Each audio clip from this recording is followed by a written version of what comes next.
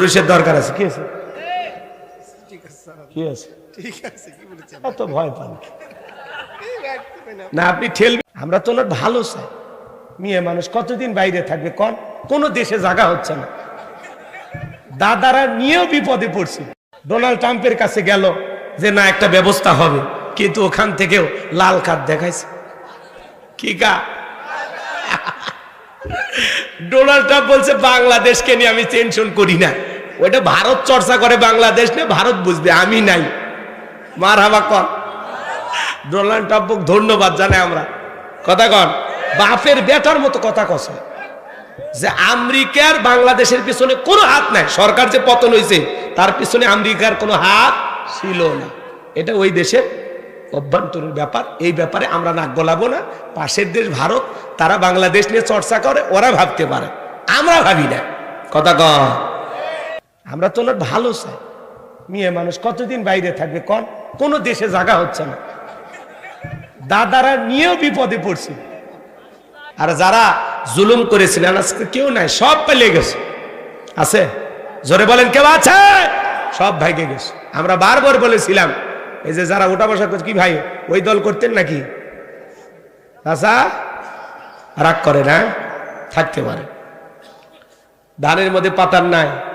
কথা কর, বড় বড় হাইব্রিড নেতারা পালিয়ে গেছে, কিন্তু ছোট ছোট মানুষগুলো নাই। মহব্বত করে, কি করবেন, থাকতেই পারে মহব্বত। কিন্তু আমরা বলতেছি যে মা সন্তানকে ফেলায়া যায়, সেই মায়ের মহব্বত না রাখাই ভালো। কথা কন, কথা কন। আমরা বারবার বললাম ম্যাডাম পদত্যাগ করেন। আল্লাহ বলে কিসের পদত্যাগ? এরা যে অন্যায় অপরাধ করেছে, শুধু পদত্যাগ না, আমি আল্লাহ এদেরকে দেশ ত্যাগ করতে বাধ্য করব। ইন্না বাতশা রাব্বিকা লাশাদীদ, আল্লাহর পাকড়াও বড় কঠিন। আল্লাহ ধরে ধরে না, যেদিন ধরবে মাগুবাড়ি দিল্লি গিয়ে পড়বে। কথা বলে ঠিক কিনা? আজ নাই, চলে গেল। বড় বড় কথা বলতো, আমরা মোহাব্বত ভালোবাসা সবাই ভালোবাসতো, বাসতো না? কেন চলে গেলেন? মমতাময়ী প্রধানমন্ত্রী বলা হতো। এদেশের মা এইভাবে চলে গেল দেশের জনগণকে ভেলাইয়া, এটা তো কথা ছিল না। আবার মাঝে মাঝে কল রেকর্ড ফাঁস হয়, বলে আমি দেশের কাছে আছি, শর্ট করে ঢুকবো। ঢুকবেনই তো বের হলেন কেন? আর যাওয়ার আগে বলে যাননি, আসার আগে কেন বলতে হবে? যেদিন মনে চায় আসেন। আমরাও বুঝি মেয়ে মানুষ কতদিন বাহিরে থাকবেন, আমাদেরও তো মায়া মোহব্বত আছে। আপনি আসেন, এই দেশ আপনার বাবার, এই দেশ আপনার স্বামীর, আপনি আসেন। কথা কন, যেদিন মনে চায় আপনি আসেন, বলার দরকার নেই, আপনি আসেন। কথা কন, ববু আইবা তুমি আইবা গো, সেই দিন আইসা বুবু ক্ষমতা পাইবা না। খোঁজ নাই বহু কাদের কাকার, অবস্থা খারাপ দরবেশ বাবার, হাউ নাঙ্কেল এখন সামনে আসে না। নেহাতা কর্মী সব জেলের ভিতর, আমি আসি ডরের ওপর, কখন জানি আসে গ্রেপ্তারি পরোয়ানা। বুবু আইবা তুমি আইবা গো, সেই দিন আইসা বুবু চিয়ার পাইবা না। ক্ষমতার চেয়ার থেকে নামা সহজ, কিন্তু এই চেয়ারে ওঠা কঠিন। কথা বলে ঠিক কিনা? আর আগামীতে আমরা সিদ্ধান্ত নেব, আর যাই হোক কোন নারীকে এই দেশের প্রধানমন্ত্রী বানাবো না। যেই দলেরই হোক, পুরুষ প্রধানমন্ত্রী চাই। কারা কারা হাত তুলে দেখান। লিল্লাহি তাকবীর। হাত নামান। নারীদের দেখার দিন শেষ, আগামীতে পুরুষের বাংলাদেশ। পুরুষ হবে আমাদের নেতা, যেই দলেরই হোক, পুরুষ চাই। পুরুষ পুরুষ কি মনে থাকবে তো ইনশাল্লাহ?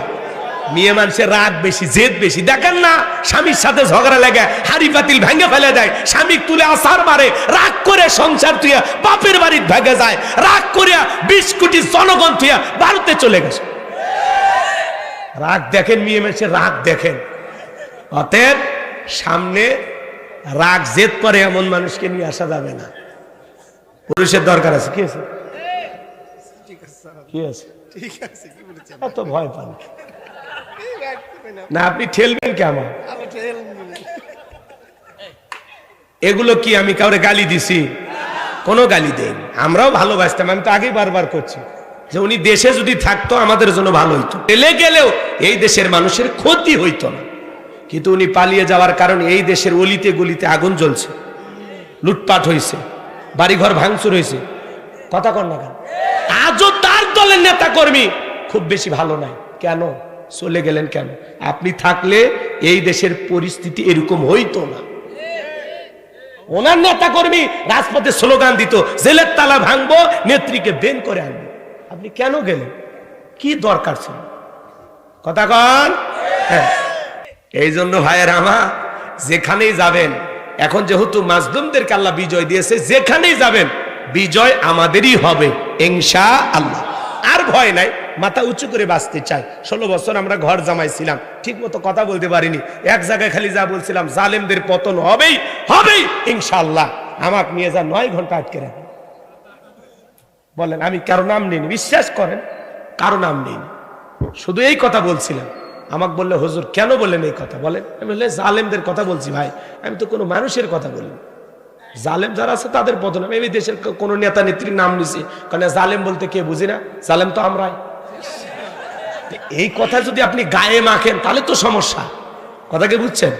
আমি বলছিলাম এই গুমসোর পাটসোর এরকম আছে না, গুমসোর চালসোর, এটা এক জায়গায় বলে বিপদে। কেন বলেন এই কথা? এক চেয়ারম্যান বদরগঞ্জের, বাপ রে বাপ, ও 3-4 বছর আমাকে ওই জায়গায় মাহফিলই করতে দেয়নি। ওই এলাকায় আমার নাম শুনলে মাহফিল বন্ধ করে দিত, যেভাবেই হোক।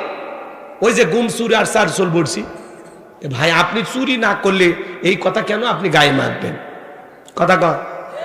গুমসোর চালসোর আছে না?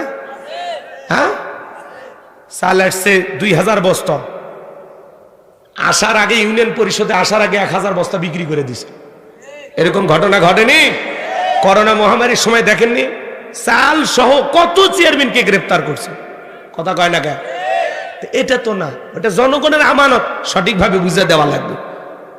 খালি বল্টু ভাইয়ের চরিত্র ফুলের মতো পবিত্র, নামাজ পড়ে 1 ওয়াক্ত, গাঁজা খাই 5 ওয়াক্ত, গুমসুরিতে বাঁকা ভক্ত, শয়তানের 1 নাম্বার ভক্ত, হুজুরদের জন্য খুবই শক্ত, চুষে খাই গরিবের রক্ত। এই স্লোগান দিলে হবে না। স্লোগান দেওয়ার আগে বুঝে শুনে দিলেন, আগামীতে সৎ, যোগ্য, নামাজি, নেককার, দিনদার, আল্লাহওয়ালা তারা হবে সমাজের নেতা। আল্লাহ যেন কবুল করেন। যারা জনগণের আমানত সঠিকভাবে বুঝে দেবে। ব্রিজে ঢুকানোর কথা রট, ঢুকে দেবে না বাঁশ। কথা কন। ব্রিজ উদ্বোধন করার আগে রুকুত চলে গেছে। কথা, এরকম ঘটনা দেখেননি আপনারা? সোশ্যাল মিডিয়াতে সব সময় অনেক ঘটনা দেখায়, আপনারা দেখবেন। আমি বানোয়াট কোনো কথা বলি নাই, রাগ করেন।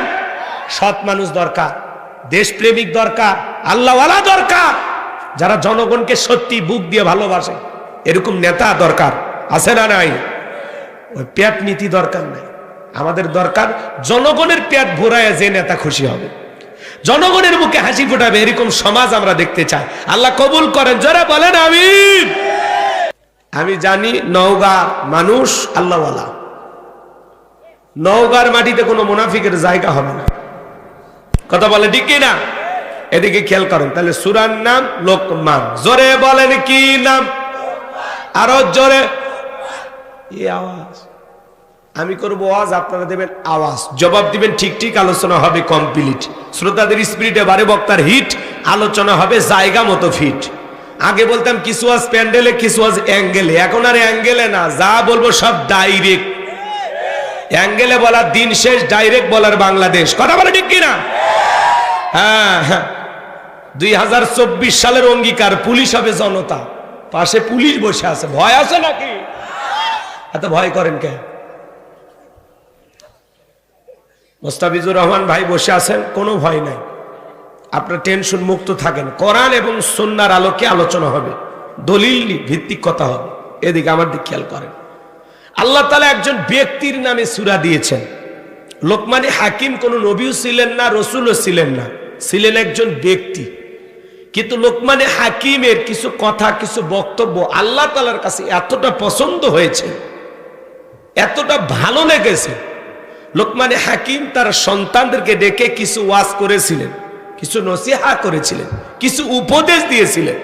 এই উপদেশগুলো আল্লাহ তাআলার কাছে এতটাই পছন্দ হয়েছে যে লোকমান হাকিমের সন্তানদেরকে দেওয়া সেই উপদেশগুলোকে আল্লাহ তাআলা কোট করে কোরআনুল কারীমের ভিতরে তার নামে একটি সূরা নাজিল করেছেন। বলুন আল্লাহু আকবার। এদিকে খেয়াল করেন, এই লোকমান হাকিমের চেহারা ছিল কালো, ঠোঁটগুলো ছিল মোটা, খাটো মানুষ ছিলেন, খুব বেশি লম্বা ছিলেন না। এই লোকমান হাকিম ছিল একজন রাখাল, কৃতদাস। এই রাখাল কৃতদাসকে আল্লাহ তাআলা কিভাবে সম্মান দিলেন কল্পনা করা যায়? লোকমানে হাকিম চেহারাটা ছিল কালো, অন্তর ছিল ভালো, তার জবানের কথাগুলো আল্লাহ তাআলার কাছে এতটাই পছন্দ হলো, এই জন্য আল্লাহ তাআলা কোরআনুল কারীমের ভিতরে তার নামে একটি সূরা নাজিল করলো। বলুন আল্লাহু আকবার। দিল দিয়া কথাগুলো বোঝার চেষ্টা করবেন বাজান গো আমার। আপনারা যদি আদর্শ বাবা হতে চান, সন্তানদেরকে আদর্শ সন্তান হিসেবে গড়ে তুলতে চান, অনেকের স্লোগান, এদিকে খেয়াল করেন, সন্তান জন্ম দিলেই কিন্তু সন্তানের মানুষের মতো মানুষ করা যায় না। গরুর পেট থেকে জন্ম নিলে গরুর বাচ্চা, ছাগলের পেট থেকে জন্ম নিলে ওটা ছাগলের বাচ্চা, কিন্তু মানুষের পেট থেকে জন্ম নিলে ওটা মানুষের বাচ্চা হয় না, তাকে মানুষের মতো মানুষ হিসেবে গড়ে তোলা লাগে। এজন্য আপনি আদর্শ বাবা হবেন কিভাবে, আপনার সন্তানদেরকে আদর্শ মানুষ হিসেবে কিভাবে গড়ে তুলবেন, আজকের মাহফিল থেকে সেই মেসেজ আপনাদেরকে দেওয়া হবে, সেই বার্তা আপনাদেরকে দেওয়া হবে, যেটা ১৫০০ বছর আগে আল্লাহ জানিয়েছেন। চিৎকার মেরে বলুন আল্লাহু আকবার। তাহলে বলেন তো, এই টপিকটা নিয়ে আলোচনা করার দরকার আছে না না? আপনারা কি আদর্শ বাবা হতে চান? জোরে বলেন, চান? সন্তানদেরকে আদর্শ মানুষ হিসেবে গড়ে তুলতে চান? তাহলে লোকমানে হাকিম তার সন্তানদেরকে যে কয়েকটি উপদেশ দিয়েছিলেন, প্রত্যেকটা বাবাকে তাদের সন্তানদের কাছে এই উপদেশগুলো দিতে হবে। আজকে আমি যে ওয়াজ শোনাবো, এই ওয়াজ আপনার সন্তানের সামনে আপনাকে করতে হবে। কি রাজি আছেন? রাগ করবেন না আমার ভাইয়েরা। লোকমানে হাকিম কোন নবী ছিলেন না, রাসূল ছিলেন না, ছিলেন একজন জ্ঞানী ব্যক্তি। এই জন্য ভাইয়েরা আমার, আল্লাহ রাব্বুল আলামিন লোকমানে হাকিম তার সন্তানদেরকে ডেকে যে উপদেশগুলো দিয়েছিলেন, যেই কথাগুলো বলেছিলেন, আল্লাহ তাআলার কাছে এতটাই পছন্দ হয়েছে, সেই কথাগুলোকে কোট করে কোরআনুল কারীমের ভিতরে আল্লাহ তাআলা তার নামে একটি সূরা নাজিল করে লোকমানে হাকিমকে স্মরণীয় করে রেখে দিয়েছেন পৃথিবীবাসীর কাছে। বলুন আল্লাহু আকবার। একটু জবান ছেড়ে সবাই মহব্বতে আমার সঙ্গে তেলাওয়াত করুন, আউযু বিল্লাহি মিনাশ শাইতানির রাজিম, বিসমিল্লাহির রাহমানির রহিম। বিতাড়িত মুর্দার শয়তানের কাছ থেকে, অভিশপ্ত ইবলিসের কাছ থেকে আল্লাহ তাআলার কাছে আশ্রয় প্রার্থনা চাচ্ছি। পরম কোন মহিমদালু আল্লাহ তাআলার নামে শুরু করছি। যেহেতু লিখেছেন তাফসিরুল কোরআন মাহফিল, আলোচনা তাফসির ভিত্তিক হওয়ার দরকার আছে না না? এখন আপনারা বুঝলেও আমি তাফসির করব, না বুঝলেও করব। অনেক শ্রোতা আছে এদিক সেদিক যাবে, আমার তাতে আফসোস নেই। ৫ জন মানুষও যদি আমার কথা বোঝে, আমার জন্য এটাই যথেষ্ট। লোক আসলো ২ লাখ, ১ লাখ, ৫০,০০০, কিন্তু একটি কথাও আমল করলো না, তাহলে হাজারো জনগণ দিয়ে আমি কি করব? মাহফিলে লোক কম, কিন্তু এখান থেকে যদি ৫০টা মানুষ আজকে এই আলোচনা শুনে পরিবর্তন হয়, আল্লাহ তাআলা যদি সঠিক রাস্তা তাদেরকে দেখায়া দেন, তাহলে এই মাহফিলকে কবুল করবেন কি? তো এই জন্য নিজেদেরকে পরিবর্তন করার জন্য আমার এই কথাগুলো আপনারা শুনবেন। আল্লাহ যেন বক্তা শ্রোতা সবাইকে এই কথাগুলো আমল করা তৌফিক দান করেন। জোরে বলুন আমিন। আমার আল্লাহ রাব্বুল আলামিন বলেন, ওয়ালাকাদ আতাইনা লুকমানাল হিকমাতা আনিশকুরু লিল্লাহ ওয়া মান ইয়াশকুরু ফাইন্নামা ইয়াশকুরু লিনাফসিহি ওয়া মান কাফারা ফাইন্নাল্লাহা গনিয়্যুন হামিদ।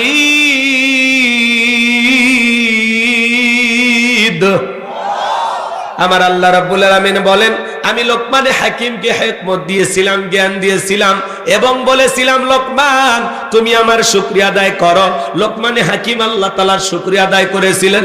আমার আল্লাহ ডেকে বলেন, যারা শুকরিয়া আদায় করে সে তার নিজের জন্য আদায় করে, আর যারা শুকরিয়া আদায় করে না তাদের জেনে রাখা উচিত আমি আল্লাহ অমুখাপেক্ষী, আমি আল্লাহ নিজেই প্রশংসিত। বলুন সুবহানাল্লাহ। তাহলে লোকমানে হাকিম আল্লাহ তাআলার শুকরিয়া আদায় করার কারণে লোকমানে হাকিমের সম্মান মর্যাদা কমেছে না বেড়েছে? এই জন্য আল্লাহ তাআলা বলতেছেন, যারা শুকরিয়া আদায় করে এতে তাদের নিজেদের লাভ, আর যারা শুকরিয়া আদায় করে না তাদের জেনে রাখা উচিত ওয়া মান কাফারা ফাইন্নাল্লাহা গনিয়্যুন হামিদ। আমি আল্লাহ অমুখাপেক্ষী, আমি আল্লাহ কারো মুখাপেক্ষী নই। আল্লাহুস সামাদ, তিনি কারো মুখোপেক্ষী নন, আমরা সবাই তার মুখোপেক্ষী। গনিয়ুন হামিদ, তিনি নিজেই প্রশংসিত। আপনার আমার প্রশংসা করার জন্য আল্লাহর দিন ঠিকই থাকে না। আপনি প্রশংসা করলেও আমার আল্লাহ আল্লাহ, আপনি প্রশংসা না করলে